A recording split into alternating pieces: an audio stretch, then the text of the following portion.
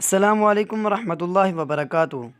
ناظرین، امام احمد رضا خان بریلوی رحمۃ اللہ تعالی علیہ نے سائنسی و تحقیقی دنیا میں بڑا اہم کردار ادا کیا اور اپنی نظر و فکر سے جدید علوم کے دامن کو مالا مال کیا اور اسلام مخالف نظریات کے قلعوں کو مضبوط عقلی و نقلی دلائل کی ضربوں سے زمین بوس کر دیا۔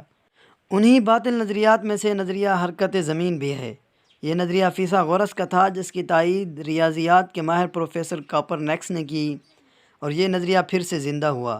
سن 1880 میں اعلیٰ حضرت کے زمانے میں پروفیسر البرٹ آئنسٹائن نے ایک تجربہ کیا تھا جس سے اس نظریہ کا رد ہوتا تھا، لیکن اس نے پھر اس کی ایسی توجیہ کی جس سے یہ نظریہ ثابت ہو گیا۔